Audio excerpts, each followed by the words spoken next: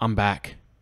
Today's episode is with my friend Shannon Basso Gaule, who is a fellow comedian, very funny gentleman. Him and I organize shows together quite regularly. Today we just kind of talked about comedy and just fun stuff that's kind of going on in our life. Once again, this show is brought to you by the government through the use of my student loan. Thank you. If you got a business and you want to get in front of tens of people, like I said last time, let me know. Today Shannon and I just kind of talked about, went back and forth just about numerous aspects of comedy, life, backgrounds and whatnot. Hopefully you're enjoying this. If you do, make sure you smash that like button and subscribe. And let me know what you think. Positive feedback only. I'm incredibly delicate. All right, guys, enjoy. Thank you.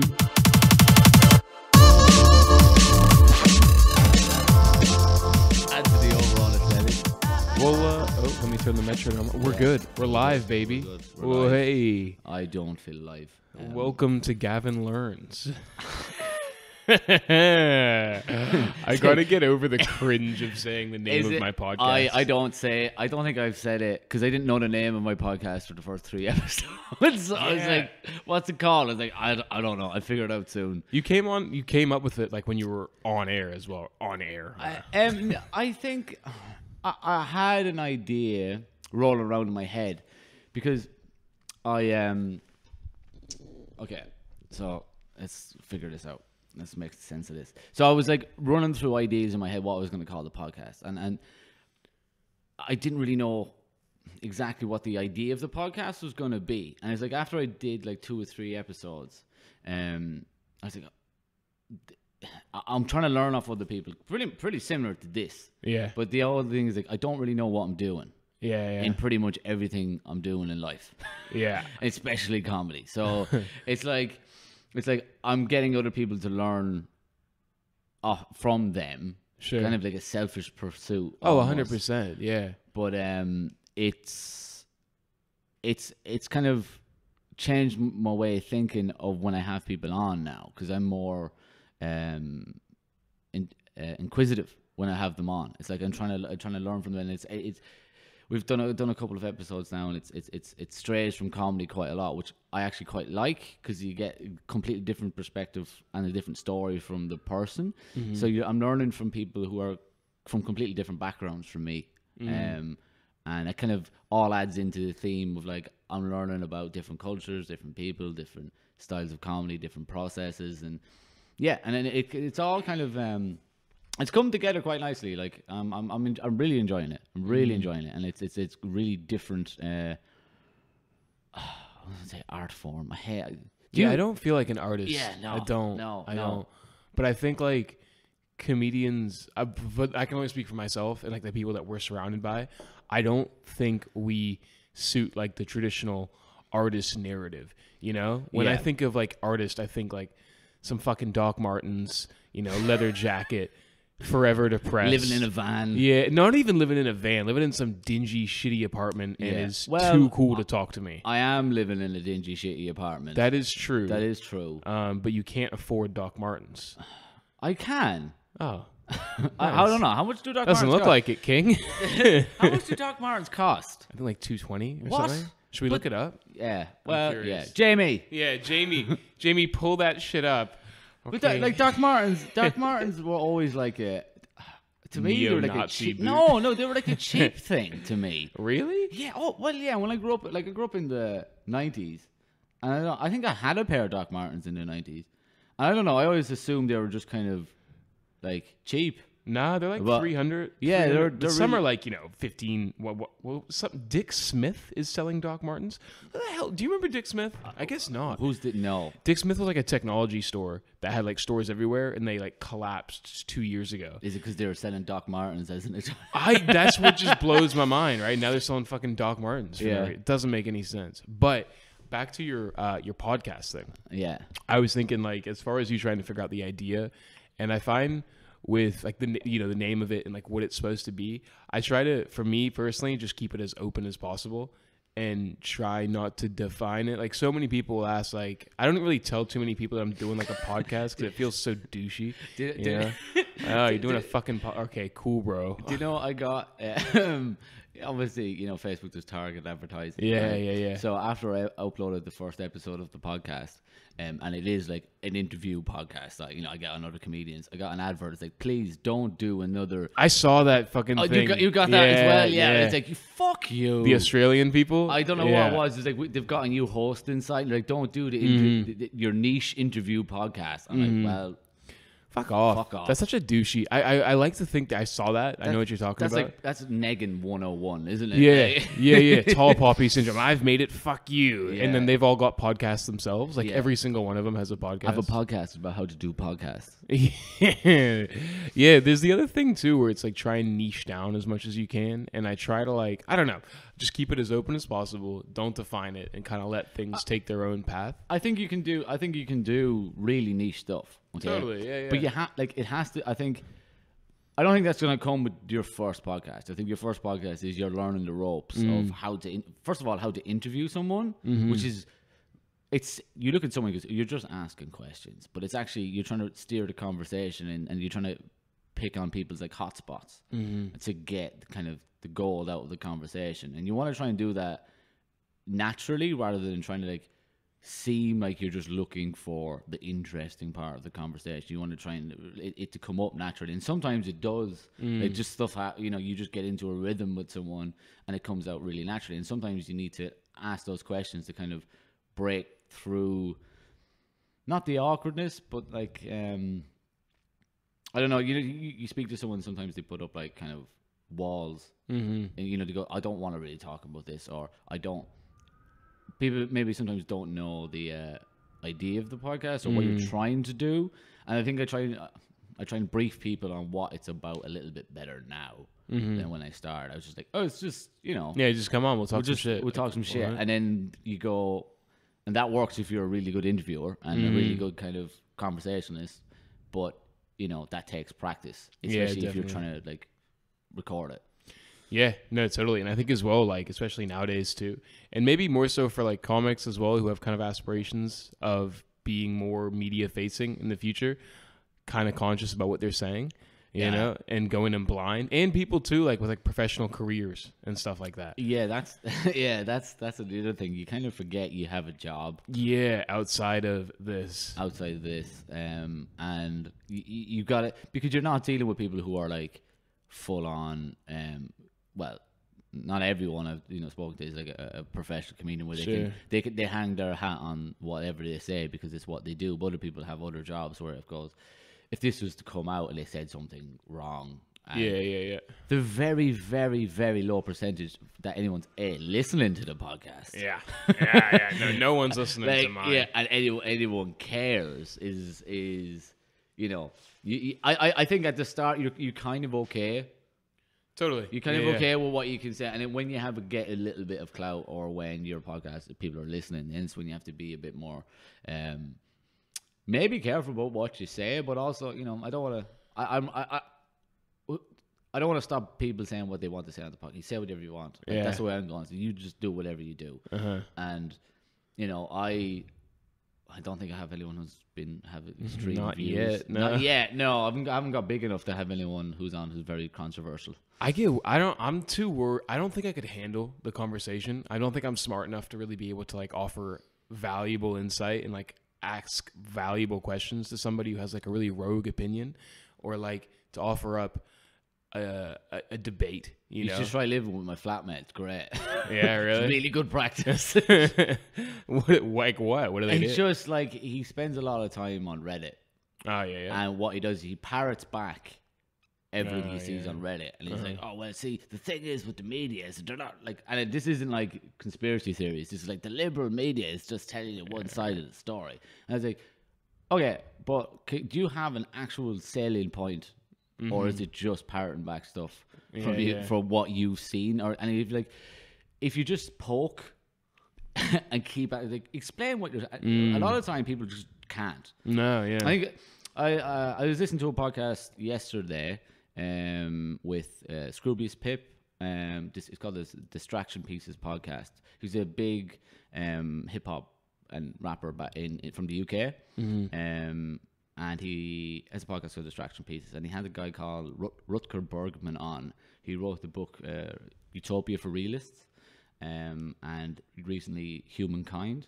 And they made a point that a lot of people will see a headline or listen to a podcast and then take that opinion on for themselves without doing any of the research. So they have the opinion of this is right or this is wrong. I know this, but they have none of the kind of the background research to back it up. You know, like you see that with social media a lot. Oh, totally. A lot of the headlines, people are like, "Oh, this is insane," and you go, "Well, is it?"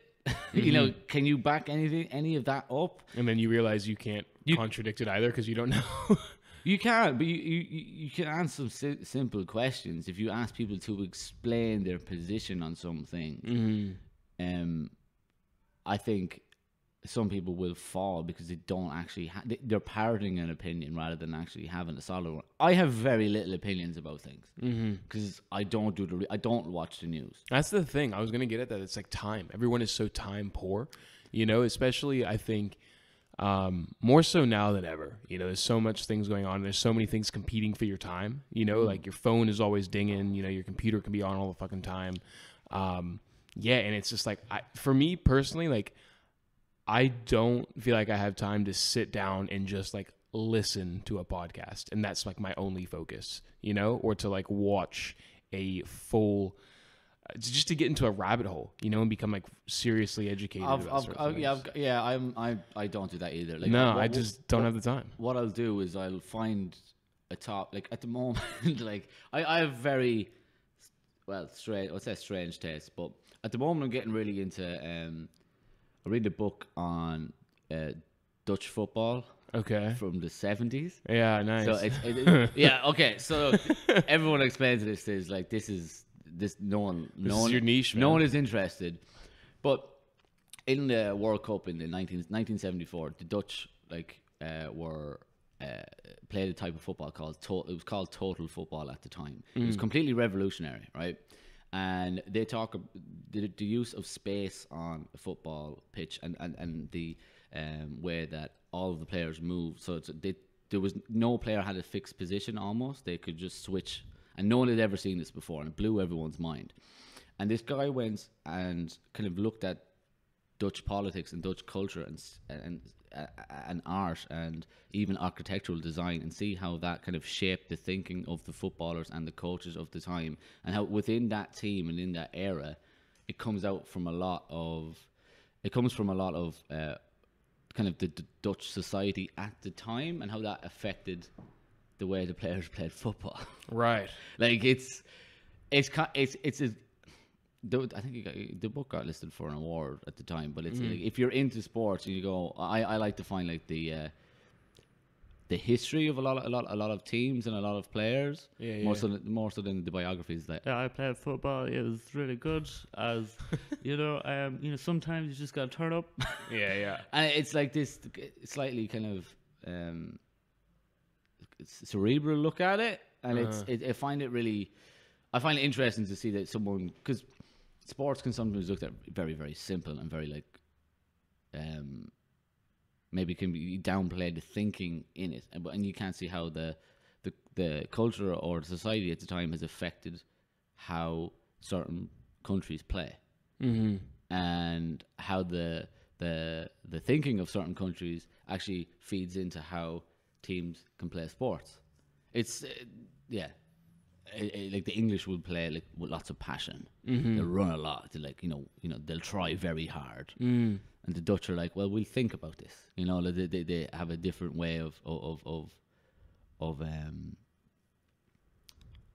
playing the game, and the values of the game are completely different. Even though it's such a simple game, it's like, oh, you should just, you play to win. And they're like, no, we play to play beautiful football. Winning is playing beautiful football, not actually the scoreline. Yeah, It's Yeah. It's really interesting to see, like, I guess, different cultural expressions of one set thing. There you go. You've put it. I'm two coffees in. I probably need another one. No, but it's I totally get it. And weren't you gonna run like a podcast about football? Is that still going? Yeah. So when I'm talking about the niche one, this would be something I do. I think it would be quite niche. Yeah, and yeah. it would be. I think I've really enjoyed going backwards and into the history of football, of teams, of countries, and of different systems of play, and how tactics have evolved through the years, and how certain players and how certain mentalities has completely shifted the way the game has been played.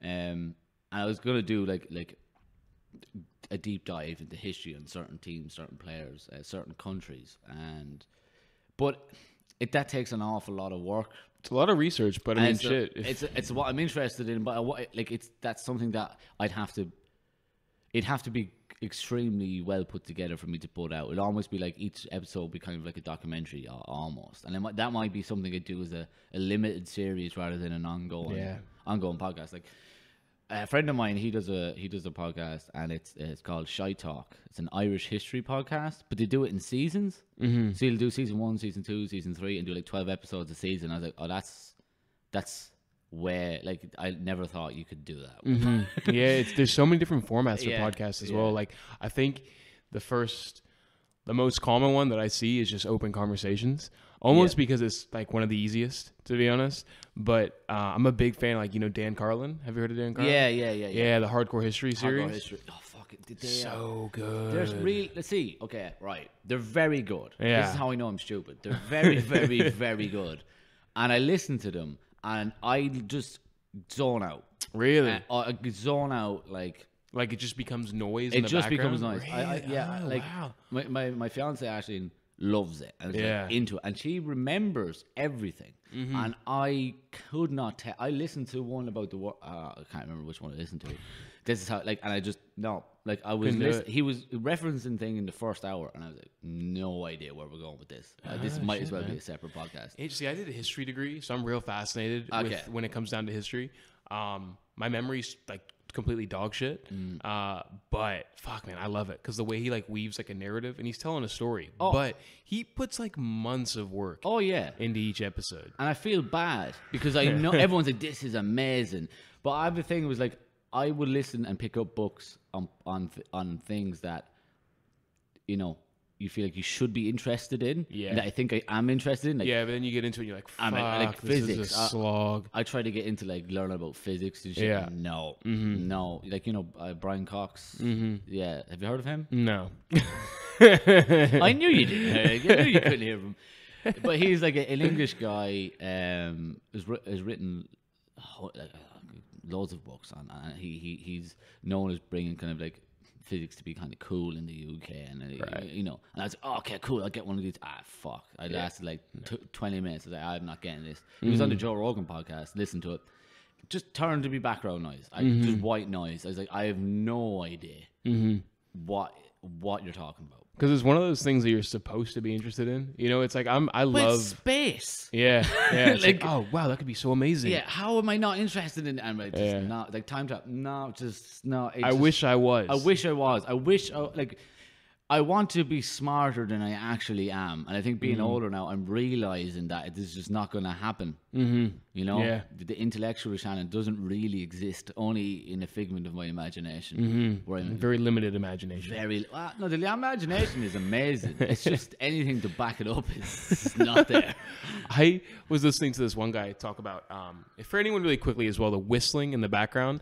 That's because there's a massive window on the left-hand side, and wind gets in there, and it's because I can't afford a proper studio right now. Well, all right? At least you have a studio. You know what I want to get into? I want to get into Patreon. I want to like set up like a little Patreon thing. Yeah. Anything to kind of support me. You know? Yeah. I think I'll get there once. I don't know, when I have a better idea of what I'm doing, then I'm like, okay, this is worth like $5 a month. Yeah, you know what I mean? surely. Like, once it's somewhere where I feel comfortable, and I'm gonna have a producer soon, which is gonna be good because I need help. What are they gonna help you with the producing? Just with when editing clips of it, and like that takes a lot of time. with the production of actually set, like when to schedule putting out the clips, when to schedule, and also just the overall production of the podcast, which isn't incredibly difficult, but like, you know, it's better to have someone who is like better at it than me, which isn't that hard. But also my fiance like used to do that. She's an editor for a media company, so she knows how to do all of that. So like, well, you can help, please, mom, please. Like, this is how bad I am. Like, last week I was trying to upload a video to YouTube. Yeah. It was an hour long. And then YouTube were like, no, that video is too long. Yeah, because you didn't have the verification thing. Yeah. I did that too, man. Did that last week. Exactly. Yeah. And I was like, what the fuck? I just waited this whole time to upload it. And then at the very end, it was like, why? Oh, two-factor authentication. Okay, so when you said it's too long, what did you do? I Googled. See, immediately. You cried. You just went to bed. No. I just went. I disagreed. I went, it's not. Yeah. And kept trying to upload the video for 3 or 4 times. And I was like, brought Lindsay Ashley, I was like, what's wrong? And she goes, it's too long. I was like, it's not though. And he goes, it's not. There are 3-hour-long videos on YouTube, so you have to verify your account. And she said, verify your account. And immediately my head went to be a celebrity blue tick verification. I was like, I'm never going to get that. I might as well quit. And she's like, no, they send you a text message, and then that's it. And that's it. So that was 3 hours of Sunday gone last week. Fuck, that sucks, man. Yeah. Yeah. See, what's wrong with me is my internet's so shit at my flat. I can't. It takes me like hours to upload anything. Oh yeah, it's awful. Fuck that. It's so bad. But what were we? We were talking about like the whole producer and stuff like that. I've been trying to figure out like a timeline for what I want to do in general with like comedy and like entertainment as a whole. Yeah. And I kind of like created like a vague map of like a year and then 3 years, and just very broad like outlines and broad strokes. And I was, until I moved out, I was getting like really into like setting my goals, like where I had like my week-long goals, which would contribute to my yearly goals, and then my yearly goals were made in the frame of like the 3-year ones. Yeah. So it's almost like, because you know you have that like enormity thing where it's almost like everything's so big, how the fuck am I going to get down to that? Yeah. And it ultimately comes down to just breaking it down into smaller blocks and then chipping away at those small blocks, and kind of like knowing that they're going to lead in to the overall goal. Yeah. See, I do that, but I don't like write the big. I just do. It's like, what am I doing? I need to do this, this, and I don't really.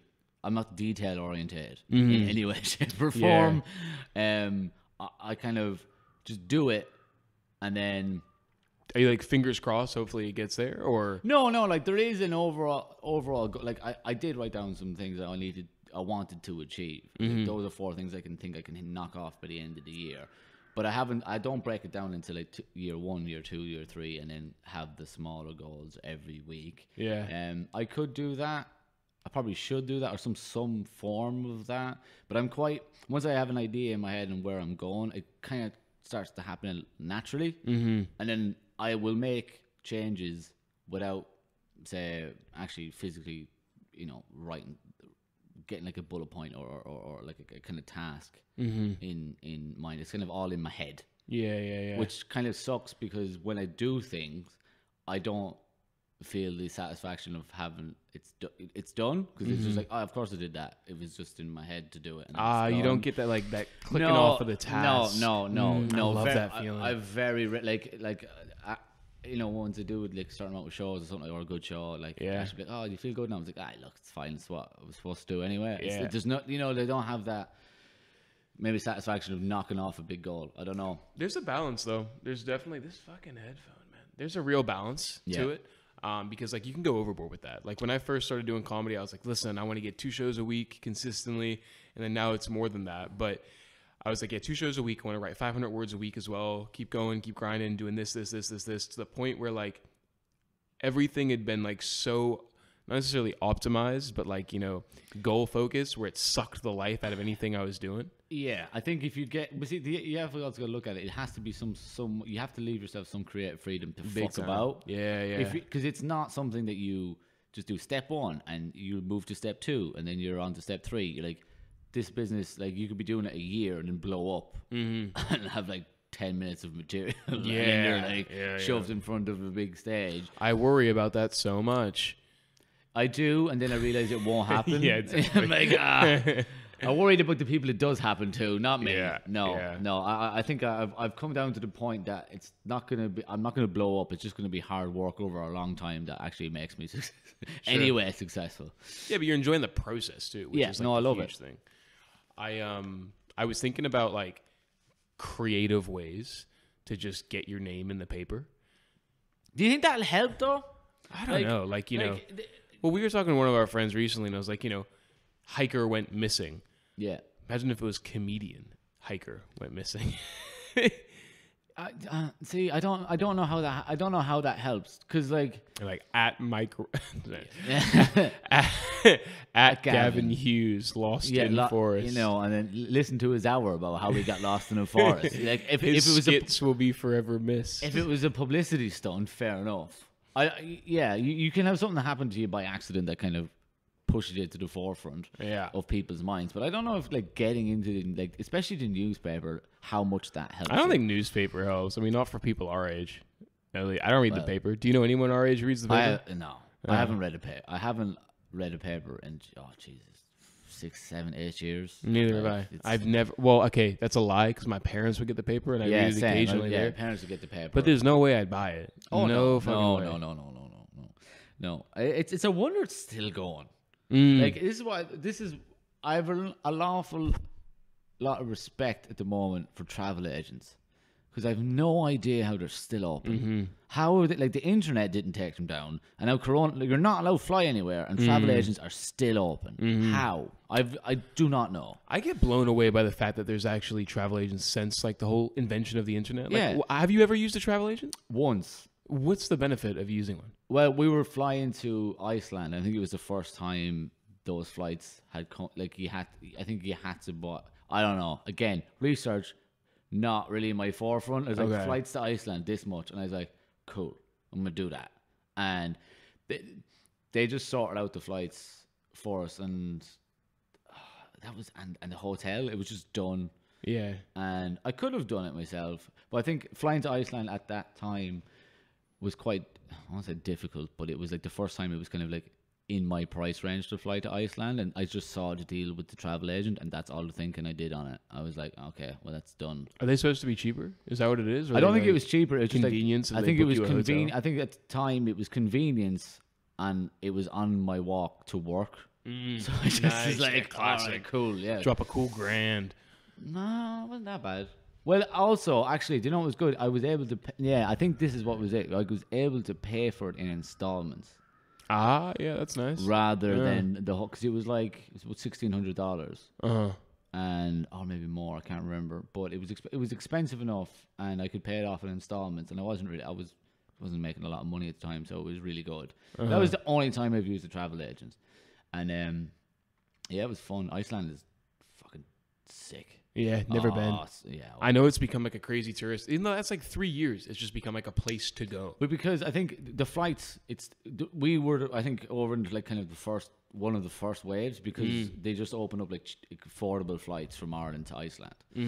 And Even in New Zealand, though, I see people flying over. oh, fuck yeah, You Man, know, it's fucking isn't that like one of the no the furthest, like the longest flight I think you can do is New Zealand to Dubai. is it? I think that's the longest distance, longest Well, we distance went flight. to Doha, which is 16 hours. Where's Doha? Is that in India? No, Doha is. Oh, I can't remember now. Oh What no! country is it? Doha is. It just sounds like. No, it's. Fuck. You look up Doha while I ask you. this Qatar. next- There we go. Qatar. Okay, Fucking hell. yeah. Classic. I wanted to talk to you about, I guess the comedy scene. I mean, you've only been doing stand up really for about 2 years now, because you started when you were backpacking, Okay, so like very light touch. But go through. I did. I was 29, or just turned 30. I can't remember, but it was around that time, and I did. Me and my mate, Jason Brennan comedy. Check him out. He's very funny. He's in the States right now. Is he touring? Oh, rip. No, That is hilarious. he's living. He moved over there. His brother married an American woman, and so he was able to go over there. And he went over there, I think, about a year ago, and he's been working over there the past while. But he's been doing stand up over there. He was doing stand up in Ireland about 2 years, I think. He was in the game about 4 or 5 years. He's very funny, and I met him in Cambodia, and we went to watch an MMA fight. In Cambodia. In Cambodia, in a sports bar at like 6 o'clock in the morning, and we got really fucking drunk. And I was talking to Jason about how I wanted to do comedy, and somehow I ended up talking to the person who owned the bar and told him we were both comedians. And I've never done stand up before. Best joke you've ever told. And he was like, "Do you want to do a gig tomorrow night?" And I was like, "Yes." I hadn't told Jason this, and the next day, and I totally forgot about it. Like, I think within the second he said, "You have a gig tomorrow," I was like, "Cool," and forgot about it. And then me and Jason were on the beach having a few beers the next day, and then the barman, Jason, I think Jake was his name. I was like, "You all set for the gig tomorrow?" Like, I think he moved it another day. He said, "You all set for the gig tomorrow night?" And we're like, I was like, "Oh, Jason, I have something to tell you." Was the bar manager there when you did that, or you just like? Oh, it was him. He was the owner. Like, he was the owner. he was like. I was like, no, he left, and I was like, "Oh yeah, by the way, we're doing a gig tomorrow night." He's like, "Cool." I was like, "How long do you want me to do?" It's like 10 minutes. I can do like 10 minutes. I thought I had 10 minutes at the time, and I did 10 minutes. How'd it go? Was it good? It's all right. Everyone was stoned, so it doesn't really like. Yeah. Nice.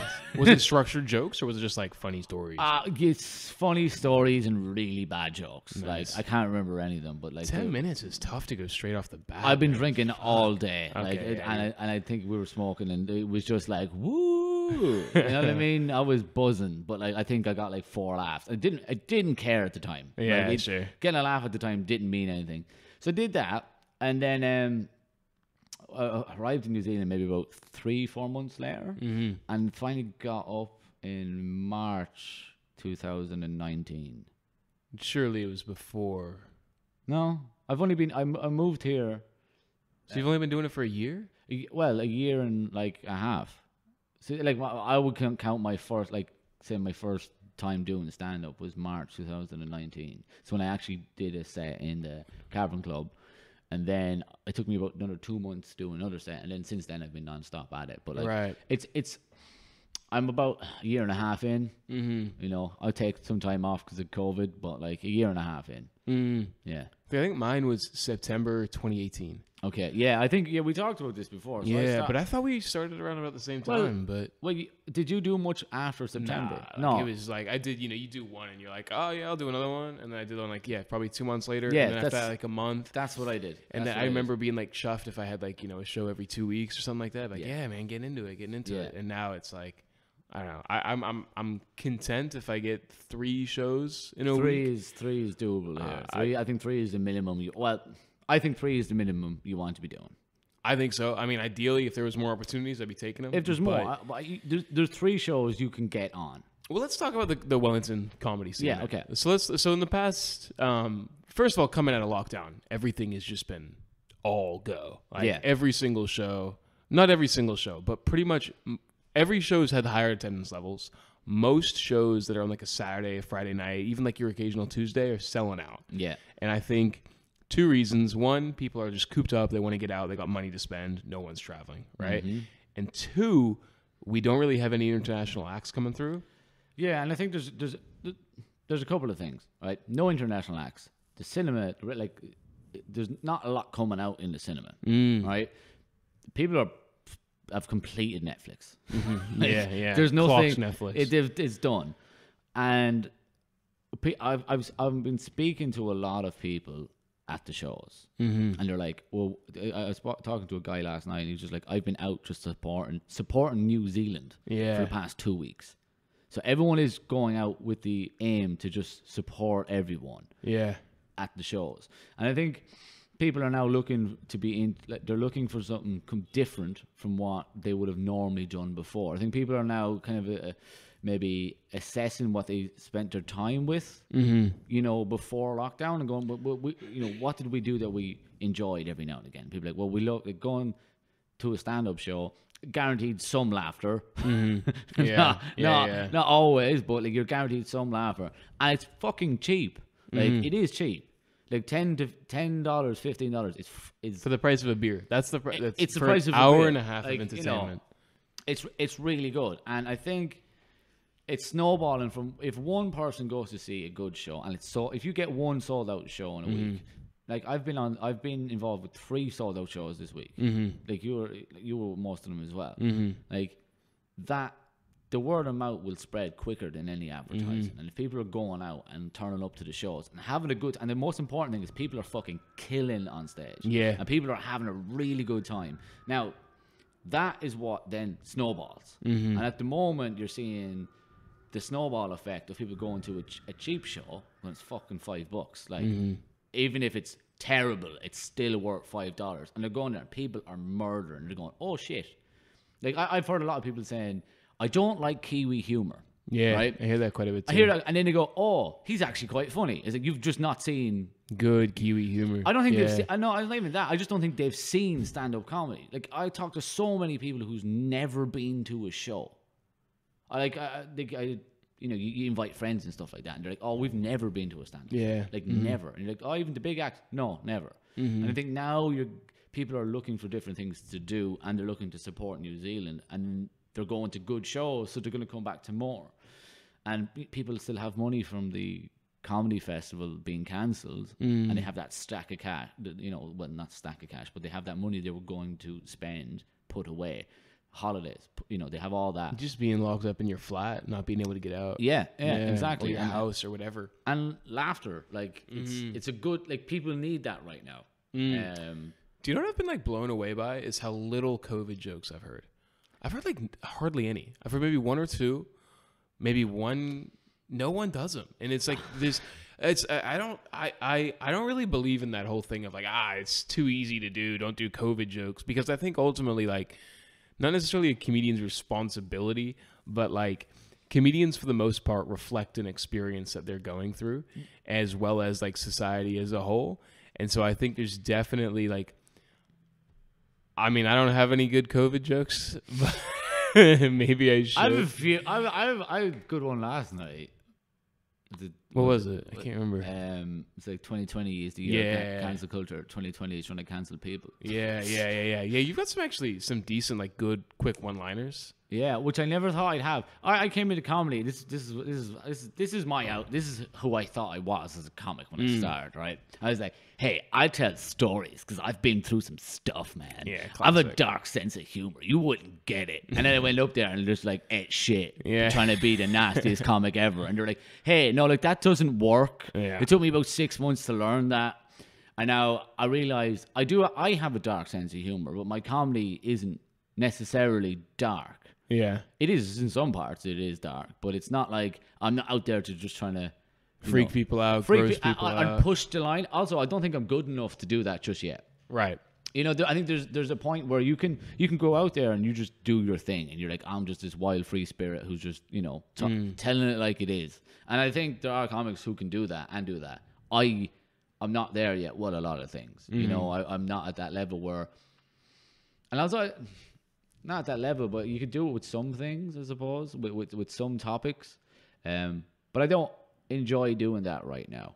I'm at that point where I'm just happy writing jokes and writing some stories about, like, you know, life and the observations I have, and just trying to find the style that kind of works right now. And I think since lockdown, it's changed. Yeah, it's gone better. Yeah, it's definitely changed. It's gone way better. It's definitely changed. Yeah, I think, I don't know. I came out of lockdown I enjoyed lockdown for the most part. Last 3 weeks, I was kind of like, not really getting it. But coming out of it, definitely, it just being able to, like, be by myself for, like, 7 weeks. Like, I was living with my family. Yeah. But just, like, not having, first of all, like, that no fear of missing out. You know, that's, like, a huge thing, I think, for so many people. It's just like, I'm not doing anything, but my friends are out. It's Saturday night, you know, or you see on Facebook, so-and-so doing this, Instagram, all that shit. Yeah. Do you get that? No. See, I think it might be. I honestly think it might be a generational thing. Well, I think it's like there's what 8 years difference in it. Yeah, I'm 24. Yeah, You're 33. 32. 32. You're 33 this year. No, I just turned 32 like 2 weeks ago. Oh, 3 weeks ago. good for you. Oh, that's right. It was your birthday. So Yeah. yeah. Happy birthday. Ah. Yeah. Whatever. Yeah, so I think I did used to have that fear of missing out, and I used to go out quite a lot. Yeah. And I'd be like, now, But just for the sake of going out. just for the right? sake of going out. it's Yeah, like, I just now want to do something. Now you're like, hey, do you want to do? No, it's like I have no interest. Friday night is not a night for going out. You don't like Friday night going out? Fuck no! Like, I might go to the cinema, and that's the height of it. I have no interest in, and even before like I stopped drinking, you know, I still wouldn't go out on a Friday night. It just wasn't even partying. Like, it's just not in any. I have no interest in it. Yeah. I Do you think that changes when you get a partner? Is that what it is? Because I think for like, maybe just speaking on my half right now, like a big appeal of like going out, going to a party, going into town is just the chance of getting laid. Okay, yeah. I think that was definitely a motivating factor in my 20s. 100%. Oh, 100%. Yeah. Like, but saying that, it's not like we like me and Ash still went out quite a lot. Like, we went out, we used to go out quite a lot. Like, that was what we do. So what we do is, we'll go out Friday, we'll go out Saturday, we'll see what's happening. But I think you've seen it quite a lot. You know, because, well, what is gonna, like, I think we want to go out. There has to be like an occasion, and it has to be something that's like would be fun to do. Sure. And every now and again we just go out just to go out. But yeah, I think definitely, I think it does change, but it changes your appreciation for a night out, because if you have a partner, you want to kind of spend time with them, you know, and that's important. Trying to build a successful relationship is spending time together, and it's spending quality time together.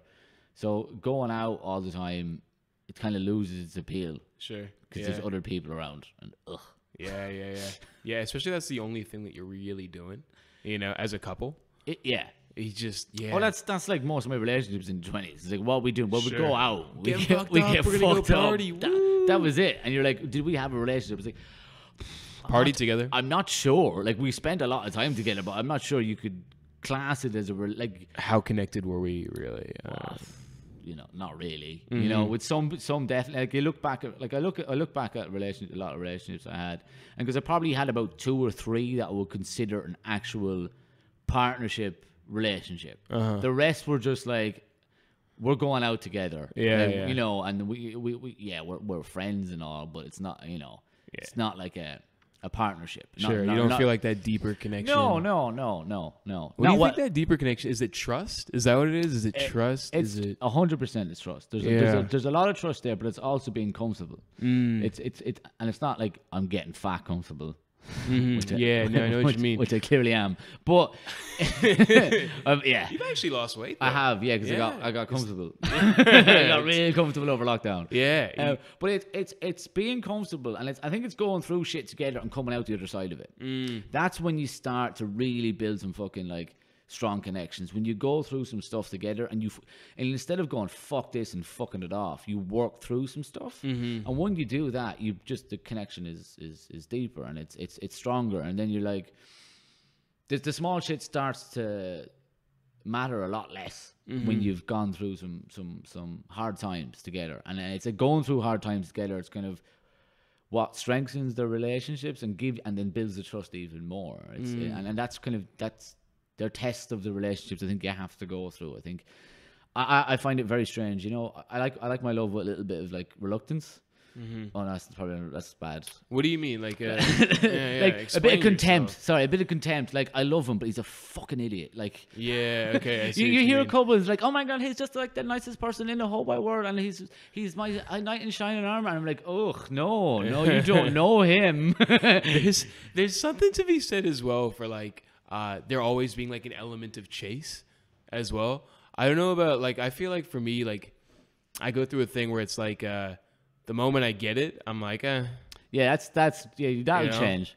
Yeah, I That'll think change. so. You get real sick of that after a while. Some people don't. What, you Some mean the people don't. chase? Or Yeah, you yeah, mean- yeah. Right, you just Well, want the thing is, you can do it for so like what I did it for so long, and then I just got. I don't want to say it got easy, but like it was just like I'm not getting anything out of this. You know what I mean? It's like that endorphin hit of like, oh, this person likes me, and then we go back, we sleep with each other, and then it's like, do we like each other? It's like, nah, we did last night. Yeah. We did last night, and you're cool or whatever, and we had fun, but like there's nothing real Nothing there. here. And then you're kind of like, oh, it's that next morning too, where you're just kind of like, kind of want to do my own thing right now. How do you? I'm just gonna, well, there's that, but what actually was the killer for me, and what killed kind of that chase single life was the conversations I was having was just not Fulfilling. Yeah, I was gonna say, I was like, this is bullshit. This is just noise. No, I it's hate like that we shit. get on and we have good fun, but there's no. I think you need someone who tests you a little bit. Sure. Who will question you on some stuff and who kind of push you a little bit and prod you and poke you and make you think a little bit. That's what Ashton does to me. Like, we do talk about a lot of things, and we kind of we're just end up talking for an hour and a half about, I don't know, like what's happening in the news and all this kind of shit. And we kind of come to similar conclusions, but we come at it from completely different angles. And it's like she pushes me on some stuff, and I push her on other ways of thinking or whatever, and it's interesting, and I think that's once you can find someone who kind of pushes you in a way that it makes you think. For me, that was a really big turn on. Like it was like, oh, okay, there's something more here of substance, and it's yeah. Speaking of coming at things at different angles, I was listening to this one guy talk about the difference between IQ and actual intelligence, and apparently, like, IQ more or less just tests your knowledge on certain things, and then actual intelligence is like coming around with like new solutions in creative different ways. Well, I just read a book which had a chapter based on this about the difference between IQ and IQ isn't always an indicator of how successful you're going to be. Sure. There was a study, I can't remember like names or anything like that, but this guy picked 60 kids who when they were about 8 or 9 were basically at genius level IQ. And he followed those kids for, I think, pretty much their entire adult lives, and tried to break down. It's like these kids should all be in the top highest percentile of earners, like high achievers. And turns out, I think maybe of say his grading system, say maybe only 5 or 10% actually were what he deemed as a success, because there's so many other factors other than your IQ. It's like your emotional intelligence, how you navigate the world, and also your upbringing. Like if you have a poor upbringing but you have extremely high IQ, they kind of compared this to someone who had a high IQ but had say from a middle class family or a wealthy family, and how the parents would teach their kids to navigate the world, where the wealthy parents would teach their kids to ask questions, but for learn how to be kind of and not authoritative, but demanding. I know it's entitled, but not in the shit way. Like, I should get this. It's like you go into a doctor and you go, this is wrong with me, and they'll have their kids who's 6 and tell the doctor what you want him to check. So it's teaching those that if you want something to be looked at or anything, you have to ask for these things, where the poor kids weren't told to ask for things that they needed or wanted, so they didn't get it. Even though they had the same IQ, and because the wealthier kids were told how to navigate the world and kind of get what they deserve and what's owed to them, almost. They were way more successful. Because you learn how to. You don't just take what's given to you. And that had a huge impact on how their lives fared in the future. No, it's totally true. It's like I think so much of it relies on like how you navigate the world rather than like whether or not you know A, B, C, D, or E. You know, No, 'cause, like if you don't know how to, if you don't know how to apply the knowledge, sure, it's useless. And interacting with people is so huge too. You don't have to be the smartest person. You just have to know how to be around smart people. Yeah. You know, Yeah. like I'm not very smart, but you know, I surround myself with I think people who are quite driven and you know motivated, and then that in itself I think it brings you rubs up. off. It brings you up. What's that saying? I can't remember what the actual like literal translation in Spanish is, but it's like, you know, show me who your friends are. Show me your friends or show your future. Yeah, and it's all those online gurus like, show me your fucking friends or show you your future. You're hanging around with bombs. You're gonna be a bomb. I'll be the one to get out. Yeah, no, man. No, but I have a thing about that. Look, if you wanna be successful, you hang around successful people. But if you want to feel good about yourself, hang around with your shit, man. yeah, There's that's nothing true. like an ego boost. It's just like, I just lost my job today. You're like, yeah, welcome, brother. Hey. like, you know, that's my like, you know, you gotta have it both ways every now and again. Yeah. Well, hey, real quick before we wrap this up, we're wrapping up. How long have we done? We've been going like an hour. Yeah, gone over an hour. We got a show coming up. By the time you hear this podcast, it'll already have happened. But needless to say, I'm gonna plug it anyway. Yeah. Got a show out in Newtown, Line 'em Up Comedy, and I reckon it's gone pretty well. We've sold it out. I reckon we maybe keep it running as a consistent thing. Yeah. You know, maybe once a month. Yeah. I don't know if it should be like a curated list of comics or. I think after this show we can maybe play around with the format, definitely, and have it a bit more loosey goosey. Yeah, I think so too. I think there's like a middle ground between, like, you know, I don't like this idea of like pro gig. I don't like that title, but like open mic. I do if I'm getting paid for a pro gig. Well, yeah, no, I think there's like okay, fair enough. Yeah, if you call it a pro gig, I don't get any fucking money. It's not a pro gig. But like, there's like a middle ground where you can almost create like a structured open mic, you know, where it's like, yeah, you know, like a good open mic where it's like, okay, hey, listen, we've had you're mid tier. yeah, is he a mid tier comedian? Mid tier comedian, literally me.